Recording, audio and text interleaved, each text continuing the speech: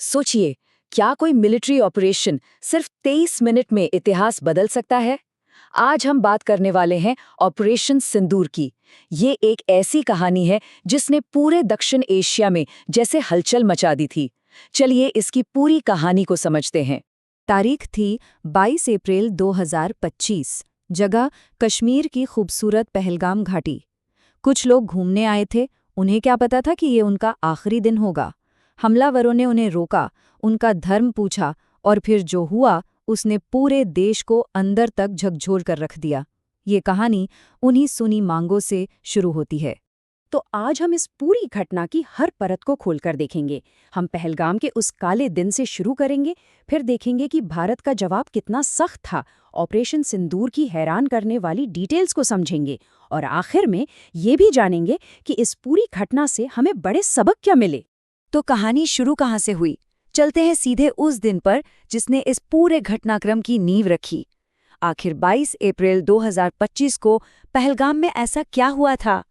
पहलगाम, जो अपनी खूबसूरती के लिए दुनिया भर में मशहूर है, वो एक आतंकी हमले का गवाह बना।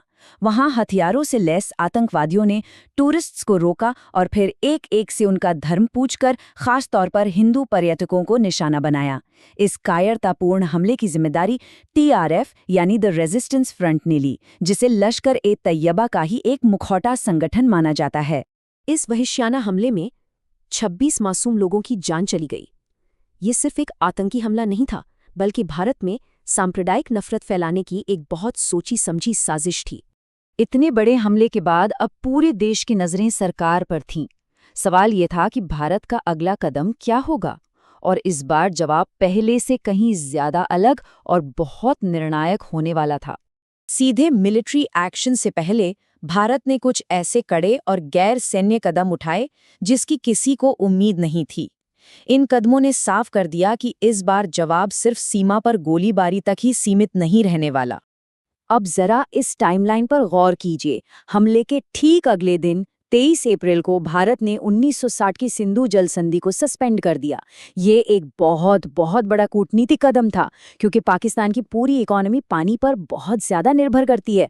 संदेश बिल्कुल साफ था, खून और पानी एक साथ नहीं बह सकते। इसके साथ ही अटारी वाघा बॉर्डर को भी बंद कर दिया गया और अगले 15 दिनों के अंदर भारतीय सेना ने अपनी पूरी तैयारी कर ली। और फिर आई वो रात, 6 और 7 मई की रात, जब भारत ने वो कर दिखाया जो 1971 की जंग के बाद से कभी नहीं हुआ था। लॉन्च किया गया ऑपरेशन सिंदूर। इस ऑपरेशन की जो बात सबसे ज्यादा चौंकाती है वो है इसकी स्पीड। जरा सोचकर देखिए, एक पूरा इंटरनेशनल मिलिट्री ऑपरेशन सिर्फ 23 मिनट में खत्म। ये भारतीय सशस्त्र बलों की सालों की तैयारी और उनकी जबरदस्त सटीकता का नतीजा था। तो इन 23 मिनटों में हुआ क्या?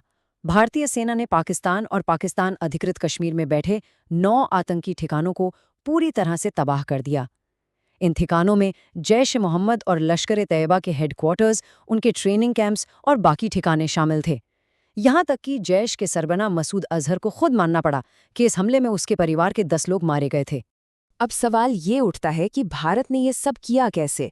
इस बार भारत ने स्टैंड ऑफ हथियारों का इस्तेमाल किया। मतलब अपने पायलट या सैनिकों को बिना किसी खतरे में डाले बहुत दूर से ही दुश्मन पर निशाना साधा। इसके लिए ब्रह्मोस जैसी सुपरसोनिक मिसाइलों, राफेल से दागी जाने वाली स्कैल्प मिसाइलों और इजराइल से लिए गए हरोप कैमिकाजी ड्रोन्स का इस्तेमाल किया गया।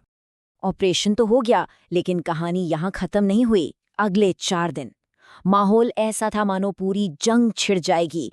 दोनों देशों के बीच तनाव अपने चरम पर था। इस टाइमलाइन से समझिए कि हालात कैसे बिगड़े।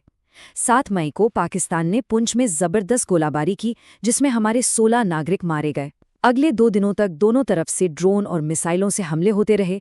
10 मई को पाकिस्तान ने एक बड़ा जवाबी हमला भी लॉन्च किया, लेकिन आखिरकार उसी दिन शाम 5 बजे दोनों देशों के सैन्य अधिकारियों के बीच हॉटलाइन पर बात हुई और सीज फायर पर सहमति बनी।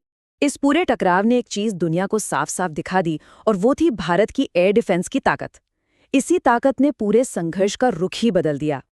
खुद रक्षा मंत्री राजनाथ सिंह ने लोकसभा में जो कहा वो सुनने लायक है।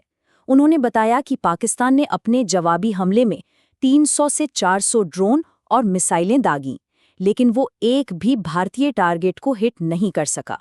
ये भारत के एयर डिफेंस शील्ड की एक जबरदस्त कामयाबी थी। तो इस कामयाबी के पीछे हीरो कौन थे? 2 मेन सिस्टम्स। पहला, रूस से लिया गया लंबी दूरी का S-400 सिस्टम, जो सबसे ज्यादा असरदार साबित हुआ। और दूसरा, उसका साथ दे रही थी हमारी अपनी 100% भारत में बनी मीडियम रेंज की आकाश मिसाइल प्रणाली। इन दोनों ने मिलकर एक ऐसा सुरक्षा कवच बनाया जिसे दुश्मन भेद नहीं सका। चलिए अब फटाफट से उन पॉइंट्स पर नजर डालते हैं जो एग्जाम के लिहाज से, चाहे वो यूपीएससी हो या एसएससी, बहुत जरूरी हैं। क्या क्या याद रखना है? ये पॉइंट्स एकदम याद कर लीजिए। पहलगाम हमले की तारीख, ऑपरेशन सिंदूर की ड्यूरेशन और टारगेट, कौन कौन से हथियार इस्तेमाल हुए, सिंधु जल संधि का सस्पेंड होना और सीज फायर की तारीख।